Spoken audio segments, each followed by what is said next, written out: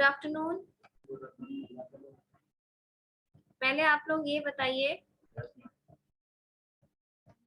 Next marquee से हम सिर्फ वीक अनाउंस करेंगे कि किस वीक में मार्क्यू लेने वाले हैं। आप लोग डेट अनाउंस कर देने का बहुत गलत फायदा उठाते हैं। नेक्स्ट मार्क्यू में हम सिर्फ ये अनाउंस करेंगे कि मार्क्यू कब होगा, किस वीक में होगा। उसके बाद हम रैंडम किसी भी वीक में, किसी भी डे में मार्क्यू लेंगे। तो हम देखेंगे, उनको आंसर देने से मतलब है ना।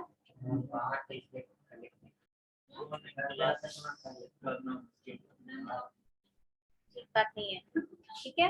Next time Good afternoon, ma'am. I will just good afternoon. Good afternoon, ma'am.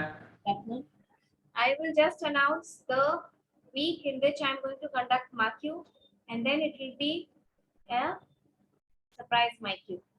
ठीक है, सरप्राइज MARQ, क्योंकि आप जब पढ़ रहे हैं, क्लास करते हैं, तो MARQ ऐसा तो एकदम जीने मरने का सवाल नहीं हो जाता है आपके लिए।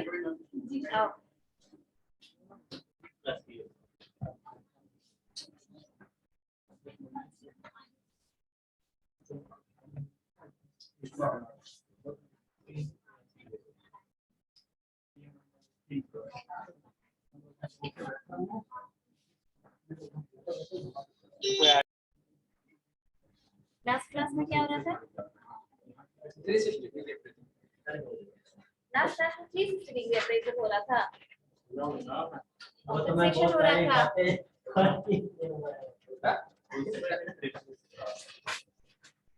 सोशल सिक्योरिटी हो रहा था। सोशल सिक्योरिटी हो चुका, कंपनसेशन स्टार्ट कर चुके थे हम।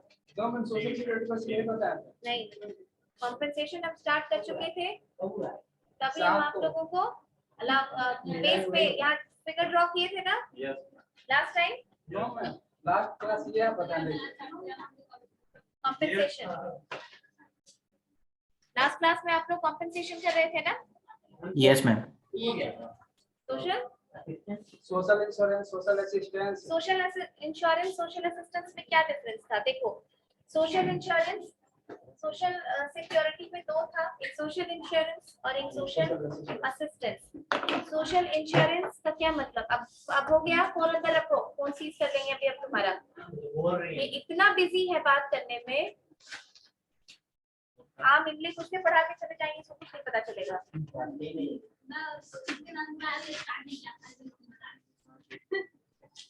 ठीक है, social security is of two different types. One is social insurance and the other one is assistance.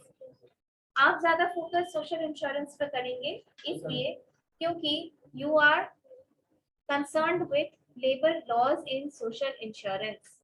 आप लेबर लॉ से कंसर्न रखेंगे, आपको लेबर लॉ जानना जरूरी है, इसीलिए सोशल इंश्योरेंस इंपॉर्टेंट है। ठीक है, सोशल क्या कंटिजेंसीज ऑफ लाइफ थी जो हम लोग डील कर रहे थे? सोशल सिक्योरिटी किस किस कंडीशन में दिया जाता है? अनएम्प्लॉयमेंट, डिसेबलमेंट, डेथ, है ना, sickness, maternity, disablement, unemployment and death. These 5 old age, yes. These 6 cases वो disablement में आएगा, है ना? These 6 cases are the major cases in which social security is provided. अब देखो, अलग अलग एक्ट है, तुमको सोशल इंश्योरेंस इसलिए फोकस करना है। प्रोविडेंट फंड का नाम सुने हो?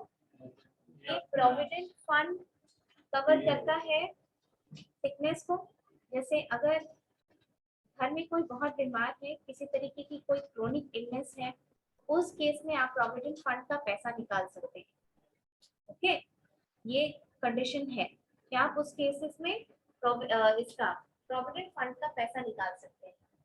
घर बनाना है तो आप घर बनाने के लिए, लोन लेने के लिए उसका पैसा निकाल सकते हैं। बच्चों की शादी करनी है तो आप देखे होंगे फादर जनरली बेटी लोगों की शादी करने के वक्त में प्रोविडेंट फंड से पैसा निकालते हैं। बच्चों की शादी करते वक्त, अब बच्चों में लड़कों की शादी में तो पैसा निकाला जाता है, तो इसलिए तो डॉटर और मैरिज ऑफ डॉटर, या फिर एजुकेशन, बच्चों का एजुकेशन है, एजुकेशन लोन वगैरह आपको लेना है, तो उसके लिए आप प्रोविडेंट फंड के लिए या पैसे चाहिए तो आप प्रोविडेंट फंड से पैसा निकाल सकते हैं। प्रोविडेंट फंड क्या क्या कंटिजेंसीज कवर करता है, ध्यान से देखो। सिकनेस कवर किया, ओल्ड एज कवर किया, रिटायरमेंट का पैसा आया तो ओल्ड एज में हेल्प हुआ ना, पेंशन आया, पहले इसी में है पेंशन, अब पेंशन हटा दिया सरकार, लेकिन इसी में है। डेथ है, अगर काम करते वक्त तुम किसी जो भी इंश्योर्ड पर्सन है जिसका पीएफ कट रहा है उसकी डेथ हो जाती है तो उस वक्त में प्रोविडेंट फंड डेथ को भी कवर करता है। उसी तरीके से अलग अलग लॉ है, ठीक है, अलग अलग लॉ है जो अलग अलग तरीके की सोशल सिक्योरिटी कवर करता है। पहले तुम उस लॉ का नाम लिख लो, जब यहाँ लिखा रहेगा कॉपी में तो तुमको समझ में आएगा। हाँ, सब लिखा हुआ है।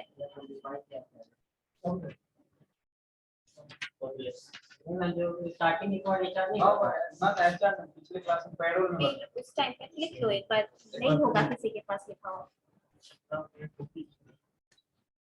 तुम लोग को थर्ड ईयर में पता चलेगा ना, जब सब कोर्स सब्जेक्ट में पास करने के लिए पढ़ोगे नहीं, जब तक स्ट्रेस नहीं होता ना तुम लोगों को।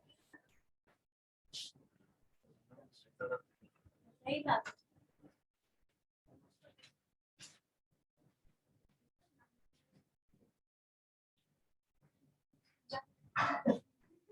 डेट वेट गलत मत लिखना। क्या बात हो गई?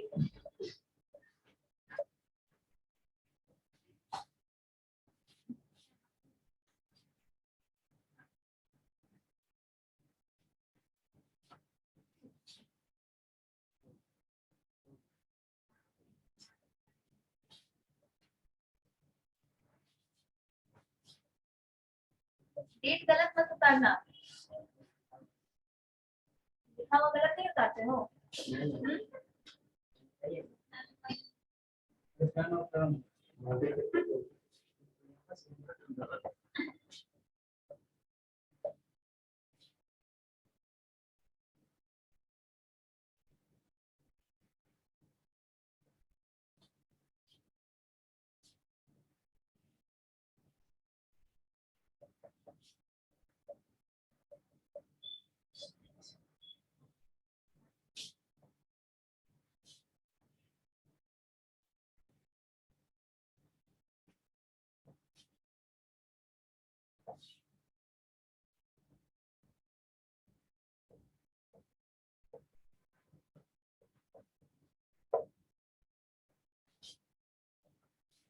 हम्म?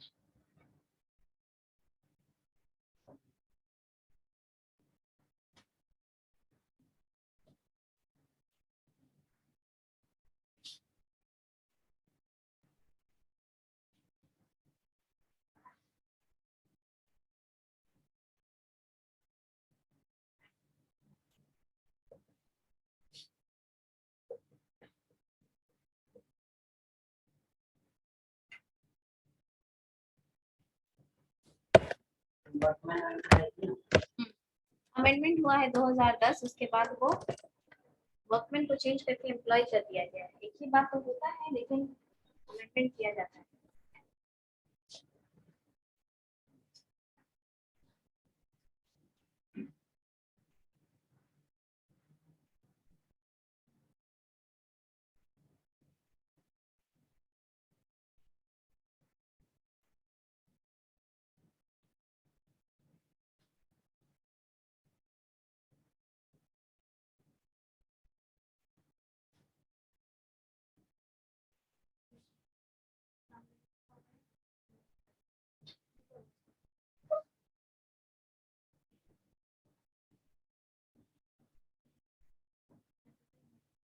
लेकिन हम इसी चीज को डिक्टेट नहीं कराए, इसको बोर्ड पे लिखना जो वर्ड क्या हुआ।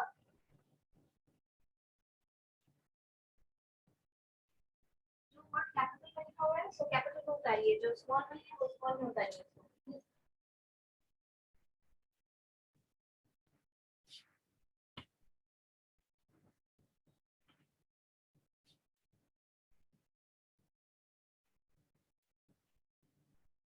तुम लोग को इतना डिटेल्स नहीं जानना है, ये जानो कि ये सारा जो रूल एंड रेगुलेशन है ये सारा ये सारा एक्ट जो है वो सेंट्रल गवर्नमेंट, अच्छा लिख लो फिर बताते हैं, कॉन्सेंट्रेट करके।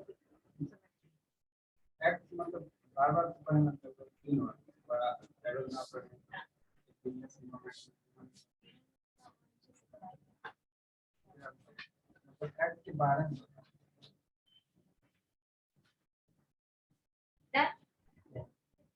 लिख लिया आप लोग?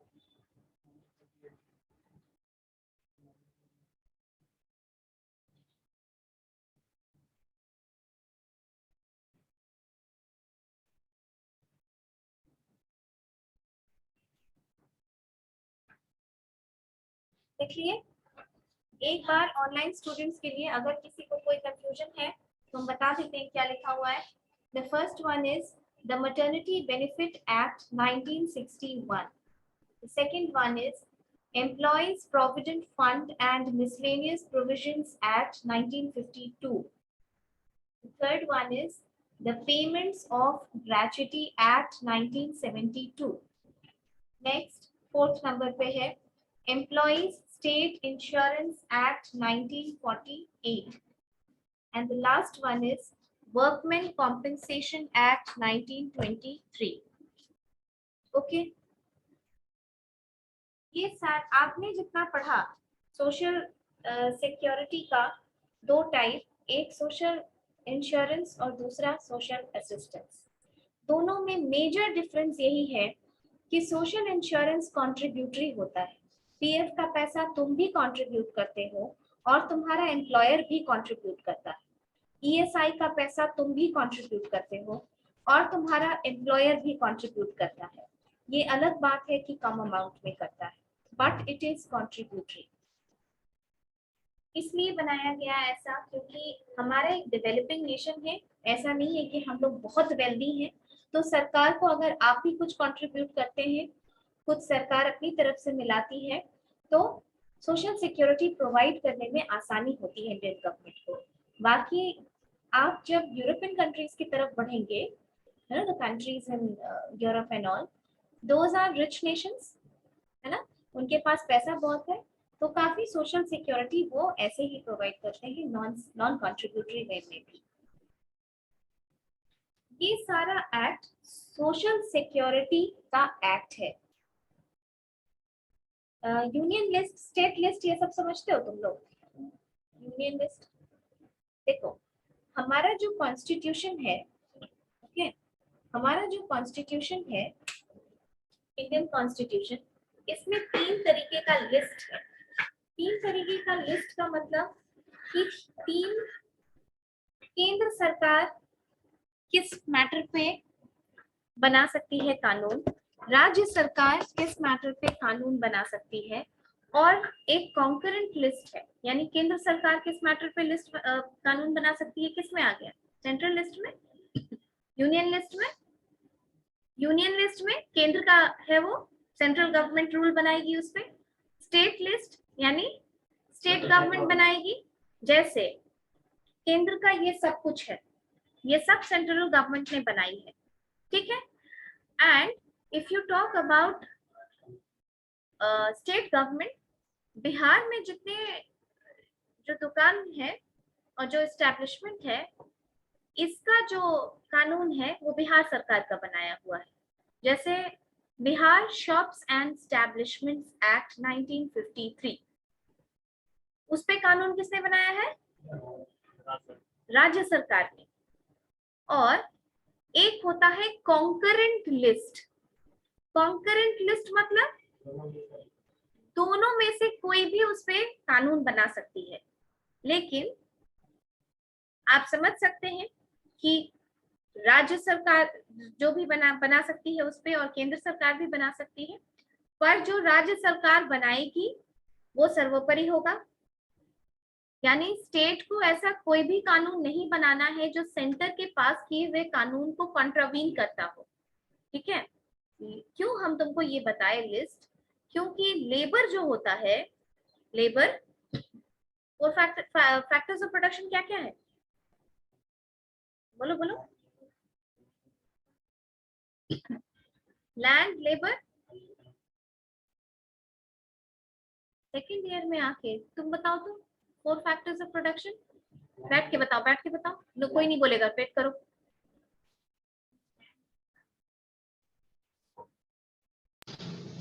मैं बोलूं? Wait, ji.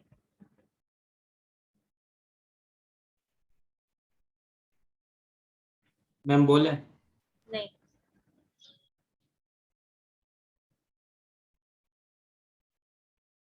What are the factors of production? क्या होता है factors of production?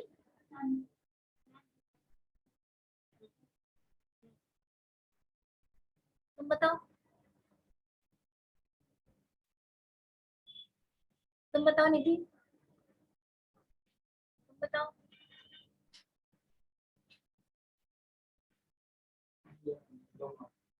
Hmm? Land labour capital और और लैंड लेबर कैपिटल। बताओ, तुम बताओ, तुम बताओ। लैंड लेबर कैपिटल किसने बोला था यहाँ से बताने के लिए? बताओ। मैम लैंड मैंने बोला लेबर था land labour entrepreneurship, capital entrepreneurship. Capital entrepreneurship. Land, labor, capital, entrepreneurship. This is very shameful for all of you who couldn't say factors of production. आप बिजनेस पढ़ रहे हैं, सेकेंड ईयर में आ गए हैं। Land, labour, capital, entrepreneurship. अच्छा, factors of production होता क्या है? लैंड, लेबर, कैपिटल, एंटरप्रेन्योरशिप होता है, ये हम समझ गए। होता क्या है?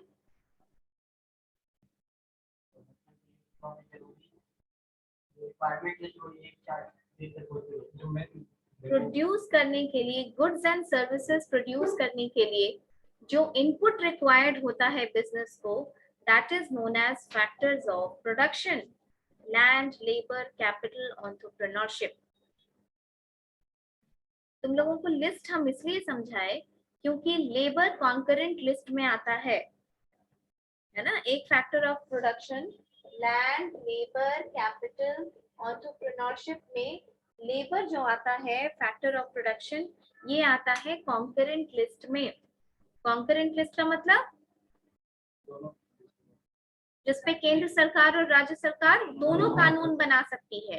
ओवरलैप नहीं करते। हाँ, ऑब्वियसली, क्योंकि सेंटर को चैलेंज नहीं कर सकती है। जो रूल बनाना है वो ये देख के बनाना है कि इस तरीके से सेंटर का बनाया हुआ कोई भी रूल चैलेंज ना हो। ये सारा जो रूल एंड रेगुलेशन है ये सेंटर बनाई है, ये सब सेंट्रल गवर्नमेंट पास किया है और ये सोशल सिक्योरिटी मेजर्स को इम्प्लीमेंट करने और उसको अटेन करने में हेल्पफुल होता है। ये सारे जो लॉज हैं, ये सारे लॉज कहीं ना कहीं किसी न किसी सोशल, या तो एक सोशल सिक्योरिटी को कवर करते हैं या फिर एक से ज्यादा सोशल सिक्योरिटी को कवर करते हैं, ठीक है। लेकिन इसमें ये भी बताया गया है कि अगर कोई एम्प्लॉयर सोशल सिक्योरिटी नहीं दे तुमको, या हो सकता है ना कि तुम्हारा पैसा मार ले, वर्कमैन कॉम्पेंसेशन, डिसेबल हो गए हैं लेकिन उसको लेबर क्लेम नहीं किया, लेबर को पता नहीं है, गरीब आदमी है, इतना लॉ कानून के बारे में नहीं जानता है, तो उसका पैसा ना दे, तो उसके लिए भी क्या मेजर्स हैं,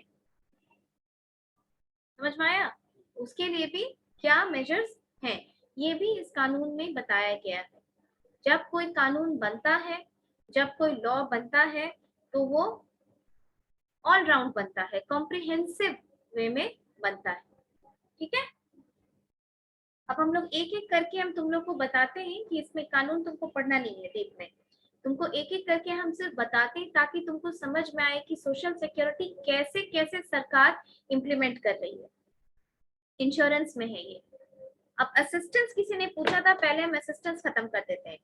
असिस्टेंस तुमको ज्यादा नहीं पढ़ना है। असिस्टेंस मतलब क्या होता है? असिस्ट करना किसी को, उसका मतलब हेल्प करना, and we don't charge anything for helping others, right? So this is paid free of cost from the government. कहने का मतलब नॉन कॉन्ट्रीब्यूटरी है। आप अपना कुछ भी पैसा नहीं देते हैं इसको अवेल करने के लिए। हाँ, लेकिन इंश्योरेंस और असिस्टेंस में एक फर्क ये होता है कि असिस्टेंस में आपको मींस टेस्ट पास करना होता है और देना होता है। कहने का मतलब, जब तुम ऑर्गेनाइजेशन में काम करते हो, किसी का सैलरी 20,000 है, चाहे किसी का 25,000 है या किसी का 5 लाख, पीएफ का पैसा तो उसको कट रहा है और उसको तो पीएफ का पैसा मिलेगा। उससे कोई ये तो नहीं पूछेगा कि तुम्हारा सैलरी इतना है या उतना है, तो उसने कंट्रीब्यूट किया तो अपने कंट्रीब्यूशन के हिसाब से मिलेगा, है ना। लेकिन इसमें ऐसा नहीं होता है।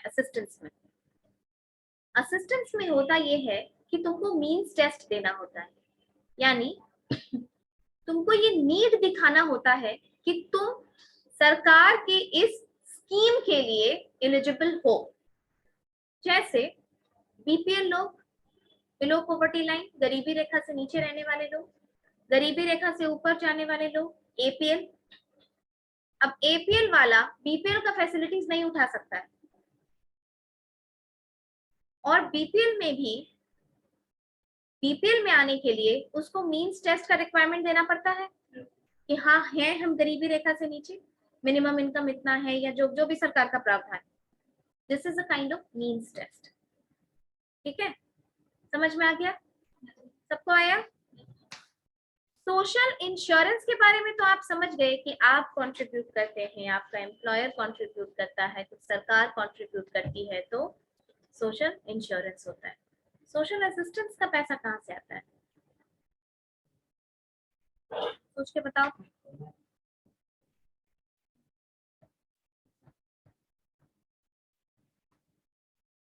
सरकार जो इतना सारा स्कीम लागू करती है, कैसा स्कीम, किस टाइप को सोशल असिस्टेंस बोला जाता है बताओ जरा। ये जो विधवा योजना है कि 40 से कम की औरतें हैं तो उसको सरकार 300 रुपए, विधवा पेंशन योजना 300 रुपए देगी। 80 साल से ऊपर की जो विडो है, उसको वृद्ध है, उसको 500 रुपए देगी। या किसी का हाथ पैर कट जाता है, विकलांग है, उसको व्हील चेयर देना या आर्टिफिशियल पैर हाथ लगा देना।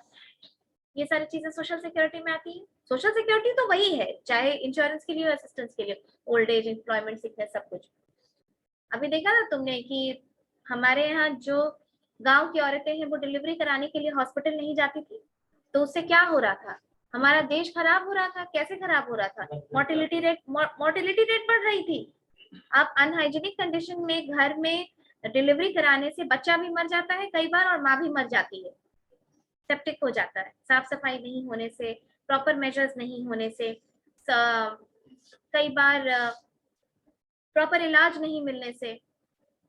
तो सरकार ने क्या लाया कि जो सरकारी अस्पताल में डिलीवरी कराएगी उसको 1400 रुपए मुआवजा मिलेगा। तो लोग पैसे की लालच में डिलीवरी कराने के लिए सरकार जाते थे, तो उससे एक हेल्थ का प्रावधान बना, हेल्थ सुधारा जा रहा है। इसी तरीके से सरकार बहुत सारा स्कीम ला करके समाज को सुधारने का, इकोनॉमिक हेल्थ तो करती ही करती है, समाज को सुधारने का भी काम करती है। क्या हुआ, ठंड लग रही है? बंद कर दो, फैन बंद कर दो, एसी रहने दो।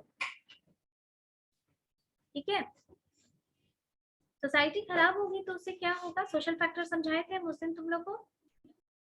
चोरी चकारी बढ़ेगी समाज में, प्रोस्टिट्यूशन बढ़ेगा, चाइल्ड ट्रैफिकिंग बढ़ेगा, ह्यूमन ट्रैफिकिंग बढ़ेगा।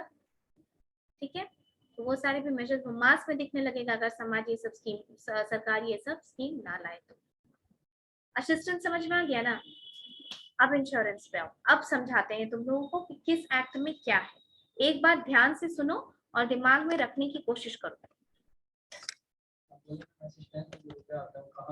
हाँ, असिस्टेंस में जो रुपए आता है कहाँ से आता है बताओ? कहाँ से आएगा? टैक्स देते हैं हम लोग, जो टैक्स देते हैं उसी से आती है सारी इनकम, है ना। जो हम, इसीलिए ये कोई फिक्स्ड नहीं होता है, ये स्कीम पे डिपेंड करता है कि सरकार किस स्कीम पे कितना पैसा देना चाहती है सोशल असिस्टेंस के नाम पे। ठीक है, हम लोग जो टैक्स देते हैं उस टैक्स का पैसा से ही सोशल असिस्टेंस। पहला लॉ है, पहला जो कानून है, that is the maternity benefit act 1961। नाम से ही जाहिर है क्या होगा मैटरनिटी बेनिफिट एक्ट, मातृत्व लाभ, ठीक है। वुमेन एम्प्लॉय जो किसी ऑर्गेनाइजेशन में काम करती हैं उनके लिए है, क्योंकि ऑब्वियस सी बात है कि एम्प्लॉयर हमेशा किस पॉलिसी पे रहता है, नो पे नो वर्क नो पे। वो क्यों, मैटरनिटी एक लंबा प्रोसीजर है और सबके लिए मैटरनिटी बहुत स्मूथ नहीं होती है, बीमार पड़ते रहती हैं, छुट्टी लेते रहती हैं। वैसे कंडीशन में क्या होगा, अगर लॉ एनफोर्स्ड नहीं होगा, इतनी सारी औरतें काम कर रही हैं इंडिया में, एक म्यूनिसिपल में झाड़ू पोछा लगाने वाले से कंपनी की सीईओ तक लेडी अलग अलग फील्ड में है, काम कर रही है। अगर नहीं रखा जाएगा मैटरनिटी बेनिफिट तो वो औरत तो मैटरनिटी के टाइम पे ऑर्गेनाइजेशन को यूजलेस लगने लगेगी और उसके बाद भी यूजलेस लगने लगेगी, क्योंकि वो सोचेगा कि इसको हटा के ही रखो, ठीक है, क्योंकि now she will take care of the home and family and she'll pay more attention to her child, she'll not be well enough to give full productivity, है ना।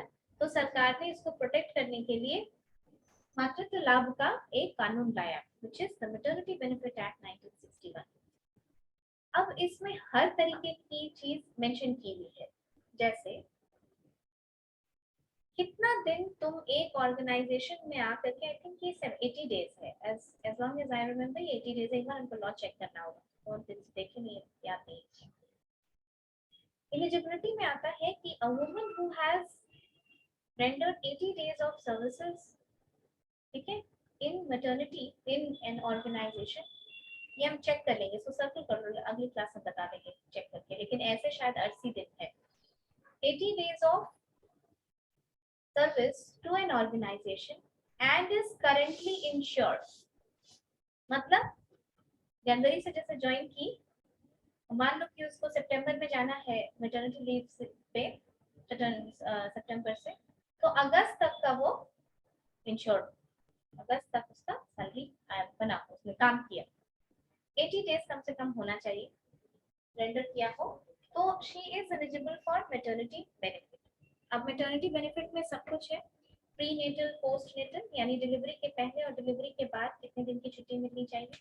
पोस्ट नेटल कंपल्सरी है कि सर्टेन वीक्स मिलना ही मिलना है। Pre natal जैसे बहुत सारी फीमेल होती है जिनको कोई प्रॉब्लम नहीं होता है तो वो लास्ट डे तक आती रहती है ऑर्गेनाइजेशन, लेकिन अगर वो कोई नहीं भी आ पा रहा है तो ऐसा नहीं है कि डिलीवरी के बाद का सिचुएशन और क्रिटिकल होता है, तो ऐसा नहीं कि कंपनी उसको वापस बुलाने लगे कि अब आपका मैटरनिटी खत्म हो गया। तो पोस्ट नेटल कंपल्सरी कर दिया गया है कि चाइल्ड के डिलीवरी के बाद आपको इतने दिन की छुट्टी देनी ही देनी, और उसके अलावा जो बेनिफिट मिलता है पैसे का वो अलग है, ठीक है। प्लस बोनस है 3500 का, बोनस का भी प्रावधान है कि हेल्प करे। अब इसमें ये भी है कि जो बेनिफिट है वो सब्जेक्ट टू कंडीशंस है, जैसे माँ मर जाए या बच्चा मर जाए या दोनों मर जाए या दोनों सर्वाइवर हो, तो वैसे केसेस में बेनिफिट वेरी करता है। अंडरस्टूड, ये है मैटरनिटी बेनिफिट है। लेकिन हाँ, अब देखो कोई लॉ बना रहता है तो एम्प्लॉय हमेशा मासूम हो, एम्प्लॉय ही कोई गलती ना किया हो, ऐसा नहीं होता है। लॉ में सब कुछ सोच करके तब बनाया जाता है। ये भी कंडीशंस दिया गया है कि ऐसा नहीं है कि आप जैसे कि इस ऑर्गेनाइजेशन से किसी ने मैटरनिटी बेनिफिट के लिए अप्लाई कर दिया और तुम यहाँ तो छुट्टी ले ही रही हो और कहीं और भी जाके तुम काम ज्वाइन कर लो, वैसे केस में अगर ऑर्गेनाइजेशन को पता चलता है तो वो सारा बेनिफिट रोक सकता है। ड्यूअल एम्प्लॉयमेंट नहीं करना है आपको, ओके। मैं मैटरनिटी ये पे हो रहा है, मतलब लेडीज को फुल पेमेंट तो उस टाइम, हाँ उसका फुल पेमेंट मिलता है, जहाँ पे भी ये एक्ट लागू है वहाँ उसको फुल पेमेंट मिलेगा, ठीक है। गवर्नमेंट में public sector, public private sector में भी है ये 26, पहले प्राइवेट सेक्टर में कम वीक्स था, बाद में उसको इधर का जो अमेंडमेंट हुआ है उसमें 26 वीक्स किया गया। 26 वीक, हाँ 26 वीक्स, पहले 2 बच्चों के लिए, इसमें बहुत कुछ है, पूछते जाओगे तो फिर निकलता जाएगा, लॉ ही पढ़ लोगे तो। पहले 2 बच्चों के लिए से, तीसरा बच्चा अगर होता है तो फिर 12 वीक की छुट्टी। अडॉप्शन करते हो, अगर 3 मंथ तक का बच्चा अडॉप्ट किया जाता है तो उसमें भी 12 12वीं की छुट्टी। समझ में आया? ये है, बोलो कुछ क्वेश्चन। ये मैटरनिटी बेनिफिट एक्ट हुआ, आप समझ रहे हैं कि इससे विमेन का एम्प्लॉयमेंट प्रोटेक्ट किया जाता है और सर्विस भी कंटिन्यू की जाती है, इसमें पैसा नहीं काटा जाता। जहाँ ये एक्ट लागू है वहाँ कहीं कहीं एक्सेप्शन भी है कि वहाँ पे एक्ट लागू नहीं, जैसे फैक्ट्रीज एक्ट है। फैक्ट्रीज एक्ट एक रेगुलेटिव सॉरी प्रोटेक्टिव एक्ट है लेबर का। अब बहुत सारी अनरजिस्टर्ड कंपनीज भी हैं, फैक्ट्रीज भी हैं, जैसे कि एक रूम में कोई फैक्ट्री नहीं डालडा वगैरह का खोल करके रख देता है, एक रूम में 2 रूम में एक फ्लैट में फैक्ट्री चल रही है, तो उस पर लागू नहीं होगा ये एक्ट।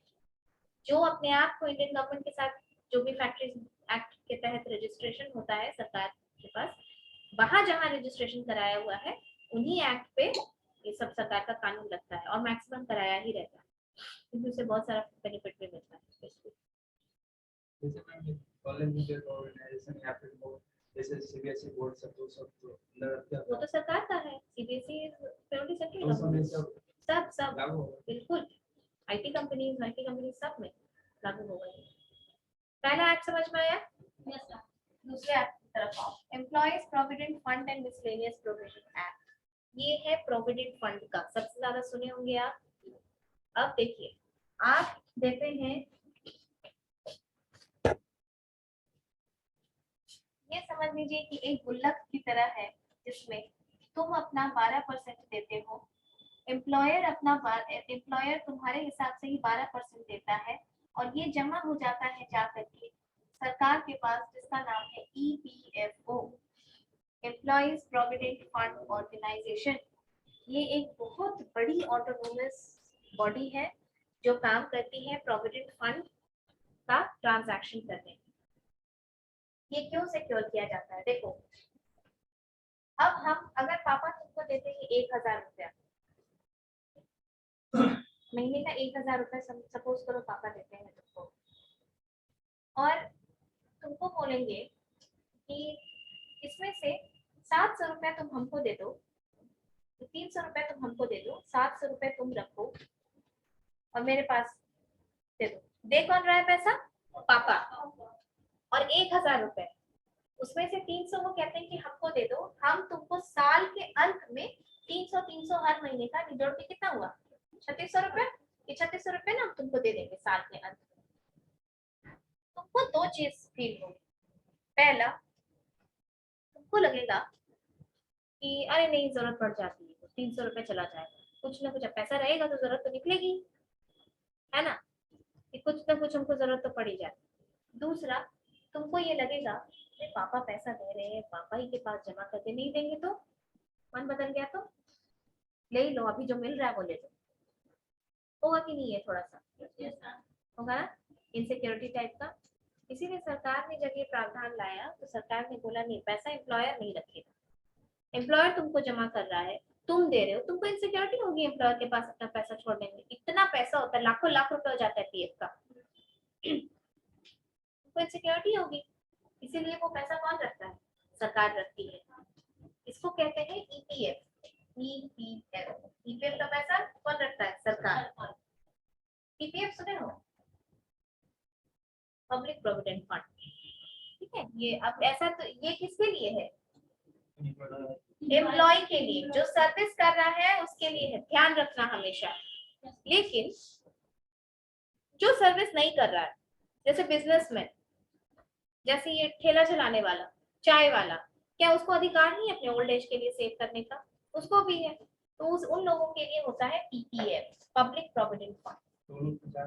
वो बैंक में जाकर जमा होता है, बैंक में, पोस्ट ऑफिस में पीपीएफ खाता खुलता है।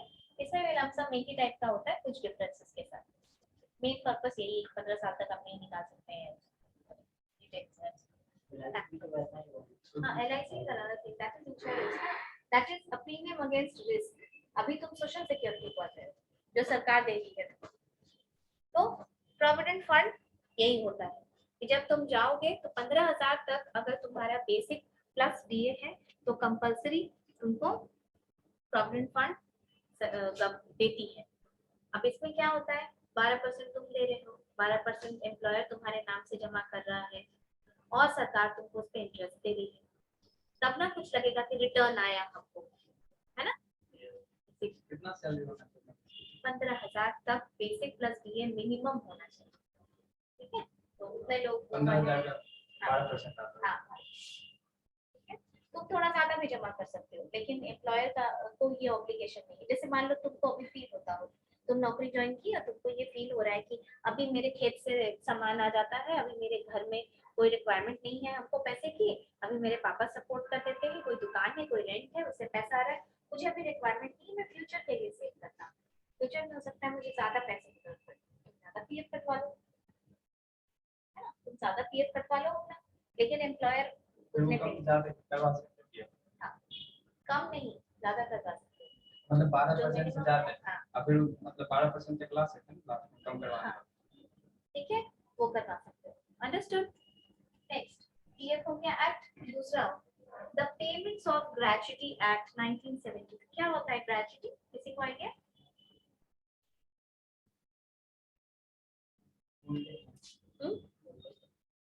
ओल्ड एज, ठीक है।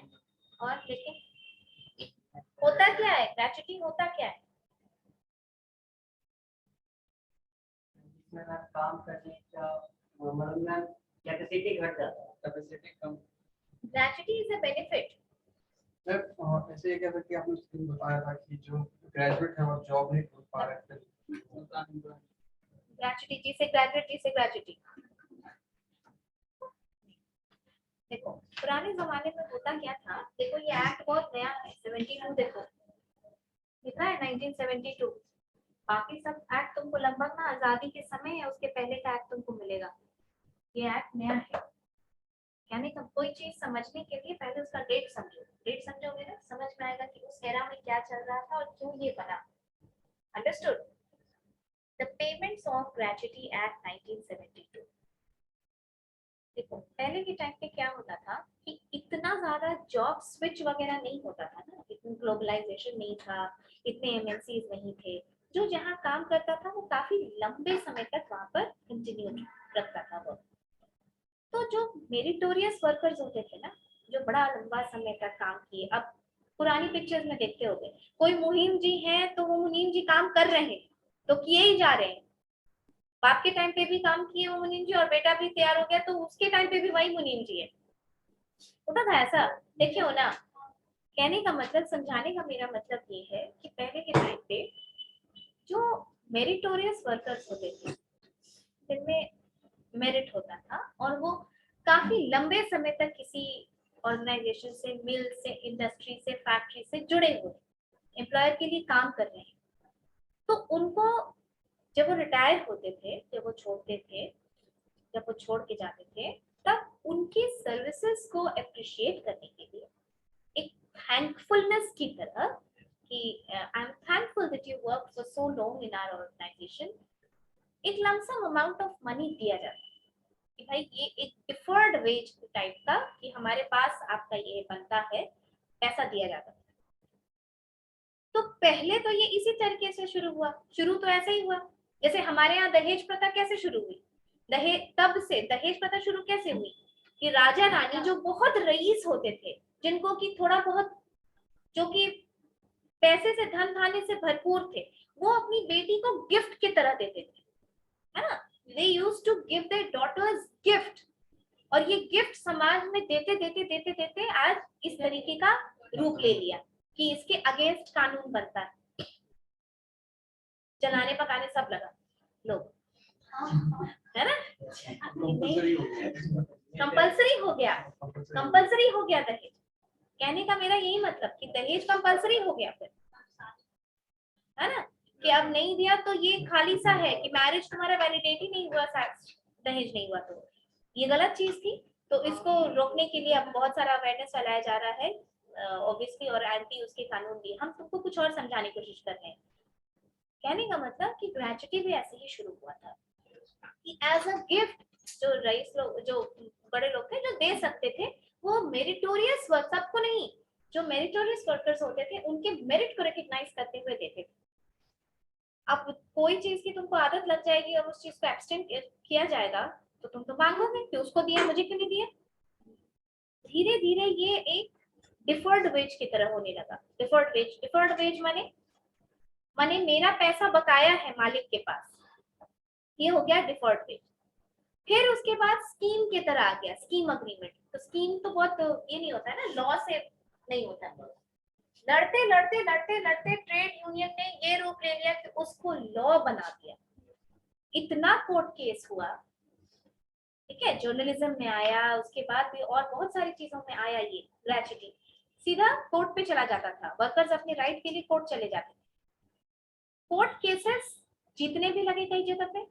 तो हुआ ऐसा कि सरकार को ये लॉ ही बनाना पड़ गया कि gratuity, payment of gratuity act 1972 ये अब एक कानून है। इस कानून में क्या होता है कि आप, इसकी एलिजिबिलिटी है 5 years of continuous service rendered to the organization, you will be eligible.